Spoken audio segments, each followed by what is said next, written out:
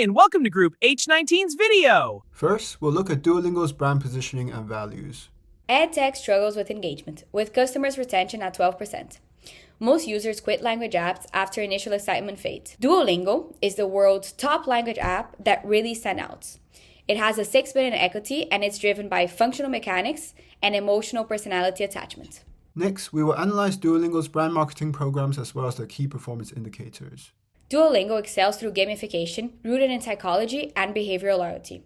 There are 3 principles. The first one is user experience rewards.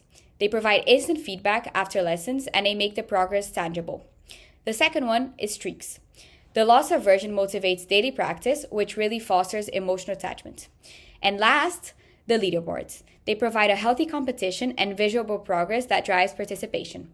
And this encourages users to climb ranks and gain recognition. Duolingo uses notifications, streaks, lessons, and rewards to make learning a habit and not a burden. Duolingo's $6 billion valuation is built on 2 pillars: awareness and familiarity, and strong, favorable, and unique brand associations. Together, they move Duolingo up the brand equity pyramid and create a competitive edge that is difficult to replicate. Duolingo achieves high salience, with 80% of users discovering it organically via social media and word of mouth. With 16 million TikTok followers and 55% UK brand awareness, it leads the EdTech sector. Unlike competitors like Babbel, Duolingo leverages virality, its mascot, and accessibility to become the most searched language app globally. High awareness enhances the ease of learning about Duolingo, incites inclusion in vote sects, and tips low involvement decisions like downloading a free app. Duolingo creates brand associations through both rational and emotional routes. Functionally, while competitors like Babbel differentiate through lesson rigor, Duolingo's performance lies in gamified learning and accessibility by not requiring payments. Daily streaks trigger loss aversions, fostering habit formation.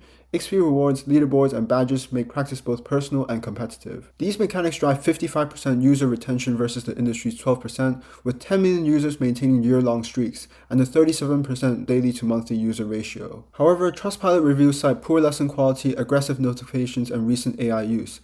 While gamification fosters strong loyalty, it raises questions about whether Duolingo is helpful or merely habit-forming. Duolingo distinguishes itself through strong emotional connection, using a brand archetype blend of jester and outlaw. This approach stands in contrast to the typical industry standard of sage archetype. Duo acts as both cheerleader and guilt tripper. It celebrates achievement while sending passive-aggressive reminders. This humanizes Duolingo, strengthening feelings of belonging and affection. The 2024 Death of Duo campaign demonstrated this emotional depth. Duo's passing triggered genuine grief, mobilizing users to collectively earning 50 billion XP to resurrect him, generating 10 million social media impressions. This indicates brand relationship. Users treat Duolingo as a companion, not just a tool. However, Duolingo's 2024 AI-first pivot and contract layoffs strained this bond, introducing feelings of disappointment that risk eroding emotional equity. So how do these two sides create competitive advantage? Duolingo dominates on engagement metrics that exceed competitors like Babbel, with no rival matching its gamified lessons. Duolingo differentiates on brand's personality, while Babbel and Rosetta Stone maintain formal educational tones. This advantage is sustainable because the two sides reinforce each other. Gamification drives loyalty, while personality drives organic lead. Finally, we will discuss how Duolingo grows and sustains their brand equity. After identifying where Duolingo's brand equity comes from, the key question becomes how it has been managed over time. What stands out is that Duolingo does not treat branding as a series of creative executions, but as an ongoing managerial system. From early on, the company aligned its product decisions, organizational culture, and success metrics around a clear understanding of user behavior. This reflects the market-oriented approach, where brand strategy is driven by how consumers actually behave rather than how firms wish they would behave. During its early development, Duolingo made a series of strategic choices that deliberately constrained what the brand would and would not be.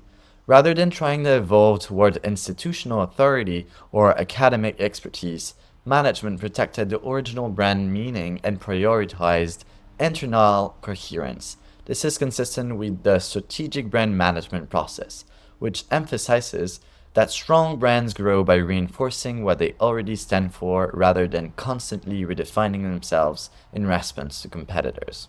What enables Duolingo to scale without diluting its brand is the way the brand performance is continuously measured and interpreted. Engagement and retention are treated as indicators of brand health, allowing management to test, learn, and adjust while staying within clear strategic boundaries. Even during major transitions such as monetization and IPO, growth decisions were filtered through the same brand meaning. This illustrates disciplined brand stewardship where expansion strengthens existing equity rather than fragmenting it. There are two main categories of long-term strategic risk. One, Duolingo heavily depends on Duo, Gen Z, and TikTok. Brand equity could suffer if Duo becomes cringe, Gen Z taste shifts, or TikTok faces regulation. 2. Duolingo's gamified mechanics, while habit forming, can be seen as addictive or manipulative. What feels motivating may turn repetitive and exhausting, shifting focus from learning to competition. With existing backlash over its AI pivot, further controversies could harm the brand. While criticisms of lesson quality are a limitation, there's a trade-off between low-friction gamification and in-depth lessons. As mentioned earlier, Duolingo's branding would benefit more from strengthening its existing positioning. Duolingo's long-term brand equity will depend on its ability to evolve without losing coherence. 1. Stay trend-savvy by engaging in social listening to track consumer perceptions of Duo and the brand's overall personality, adapting to shifts in opinion. 2. Expand demographics by testing goal-oriented or professional narratives in specific contexts, while maintaining the brand's playful core. Through selective tone shifting, the brand can grow with its users without alienating Gen Z. 3. Diversify platforms by investing in owned and long-form channels such as YouTube, podcasts, and interactive formats, reducing reliance on short-form virality. 4. Position streaks, competition, and rewards as learning tools rather than compulsions to address concerns about addiction and manipulation, building trust amidst AI-related scrutiny. Despite risk, Duolingo remains a market leader by building equity through awareness and associations. In a category dominated by professionalism, Duolingo excels in virality, personality, and distinctiveness, showing that the best brand management might mean breaking all the rules. Thanks for watching, and on behalf of Group H19, bye-bye!